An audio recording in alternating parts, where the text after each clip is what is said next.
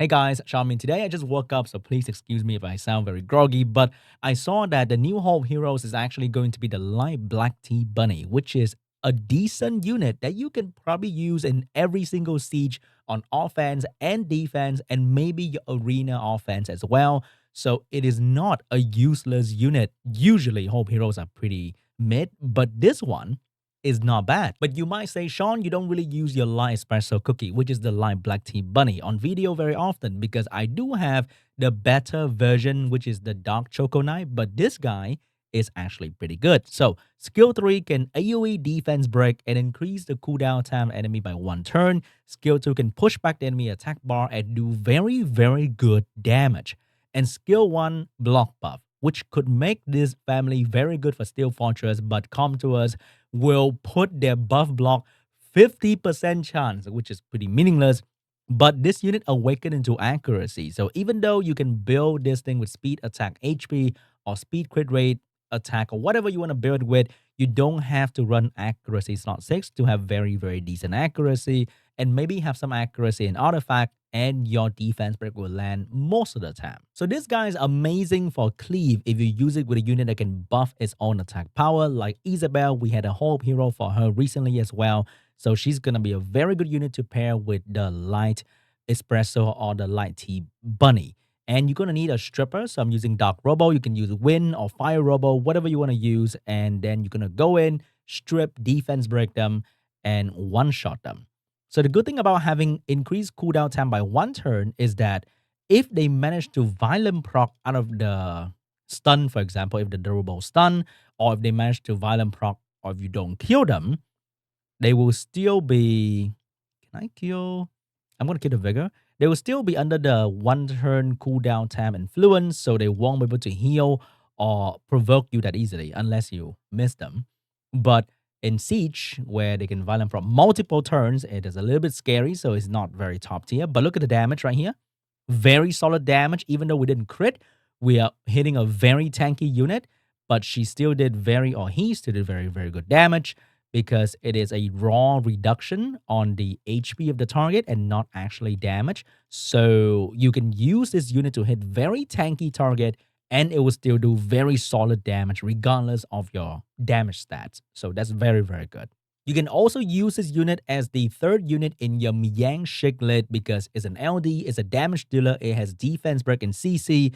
It is a very, very good unit. But here I have my Miang a little bit too fast. Changing the build a little bit.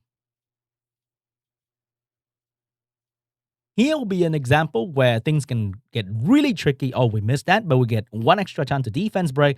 And if Miang follow up with damage, god damn it, Miang, we need to kill the Lulu right there. But we have increased cooldown on the Lulu, so she can't exactly heal with the skill, and it will look really bad. And the unit also has buff block, which can block the shield and the stuff from the Windy.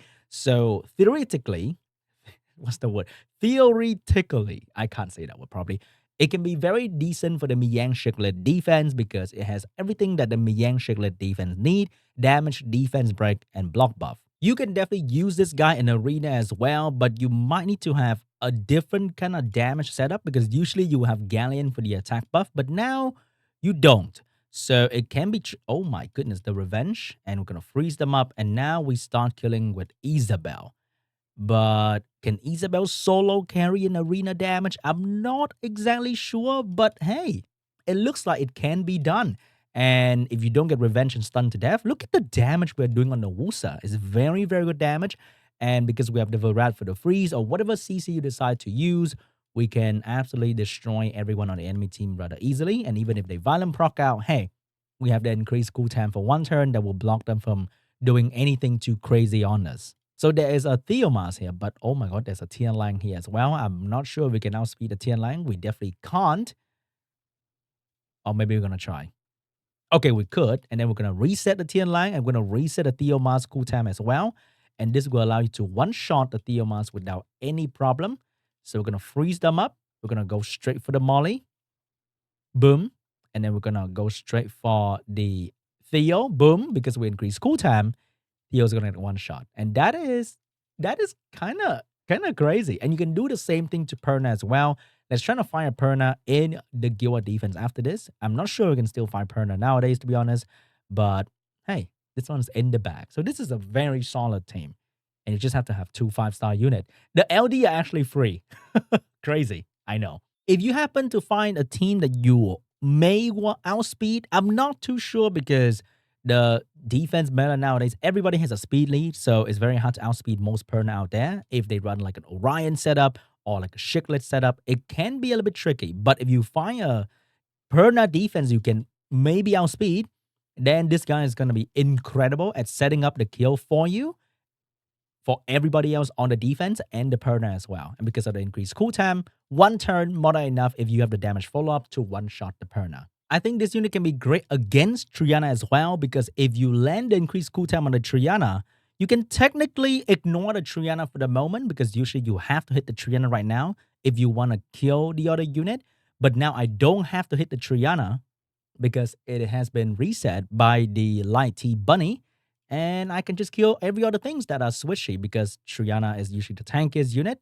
And without Triana, they can die very, very quickly. You don't even have to rely on multi-hit. And maybe there's still like a Theo, Perna, Shiklet defense out there. If you have a wind robot that's fast enough, you can strip them all. You can reset them all.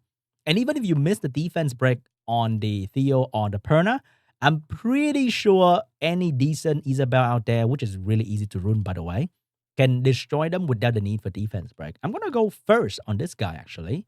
And maybe I'm going to go second on the Perna. I'll let the Theomars go. Okay, maybe that was a very, very bad plan. Maybe that was a very, very bad plan. But remember, we have buff block. 50% though. But we got the buff block, so fuck off, Theo. So there's really 2 ways to kill Theomars, and that's absolutely incredible. In RTA, I'm not having Obabo tier rune, so I'm not very confident bringing him into RTA. So I'm sorry about that. There's no RT action, but maybe somebody out there have been playing with this unit. For example, let's look for the Light T Bunny. Wow, there are people who actually play with this unit, but not very high rank. The highest rank battle will be a C2 battle. So let's see what the Light T Bunny will do. Oh my god. It is being combo with other insane LD5 unit. And we're going to see whether the Light T Bunny is going to survive here. Not surviving the Sonia, but we do have the boost. And we do have the increased cooldown. Only one. Wow. I guess my man Korean out there didn't have the Korean RNG after all. Even though he got the increased cooldown so the Charlotte doesn't absolutely destroy him, he's just not having it, man. Okay, here we have a different setup. We have, oh my god, over there we have Nikki Julian, poor this mad lad who's trying to use the Light T Bunny here. We got the defense break, but where is the follow-up damage we need? Boy, where's your damage? Oh no, oh no, oh no. And that's it for the setup, huh? I mean, he's kind of having it. We got and he missed that pushback too. That thing's gonna hurt. Oh my goodness, Julian is a real piece of work. Nobody want to fight against Julian in any rank whatsoever. And I think that is pretty much it. Without the defense break, he's having 2 CC unit left, and Julian will just solo them very, very easily. Okay, we have a cleave setup here, but the problem is he only had Tiana for the strip, and without Tiana on the field, he's getting absolutely destroyed by the enemy Miles. Oh my goodness, Miles going 20,000 miles per hour and just going 20 turns before the enemy take 1 turn. And without a strip, he can't deal with the Samav. We got a defense break though. But how is he going to deal with a Samav comeback? I'm not exactly sure just yet. And here's the damage, baby. And that's all he could do. So one thing he could change is pick 1 less damage dealer and maybe pick another attack by booster. So he could get turn 1 and not die just like that. And look at the mouse just going non-stop, baby. Pick a Bernard, okay? Could have been a better outcome for the guy with the light black T Bunny. All right, guys. Wait, I just realized that this unit is the most 2023 unit out there. It's called Light Black T Bunny. Light black. Anyway, thank you so much for watching. Hope you guys enjoyed this video, and I'll see you guys in the next one. Bye-bye.